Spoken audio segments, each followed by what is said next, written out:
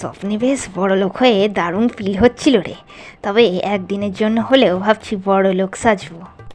আমরা ঝিলমিল হোটেলে নামবো।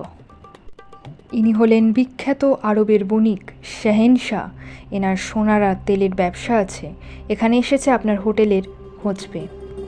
এ তো আমার সৌভাগ্য, আপনার জন্য বেস্ট রুম আর বেস্ট সার্ভিস। আচ্ছা, আপনার হোটেলে এইমাত্র রোগা করে একটা লোক 2-3 জন ছেলেকে নিয়ে কি এসেছে?